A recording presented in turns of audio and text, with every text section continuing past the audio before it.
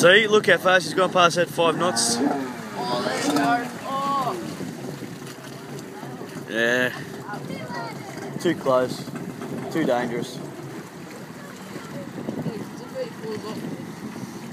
Well, he thinks I'm recording him because it's, you know, all fun and games, but it's not exactly that. When he did his last backflip before, when I wasn't recording, it was about 1.5 meters, 2 meters away from bloody another jet ski.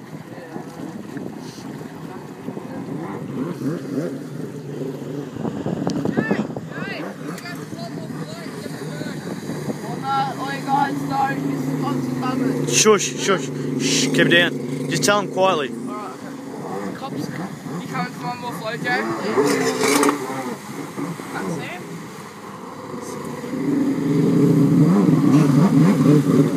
Well, they'll be here in a minute.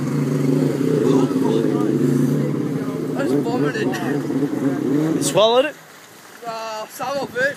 Thanks, I just had to get that on camera, didn't I?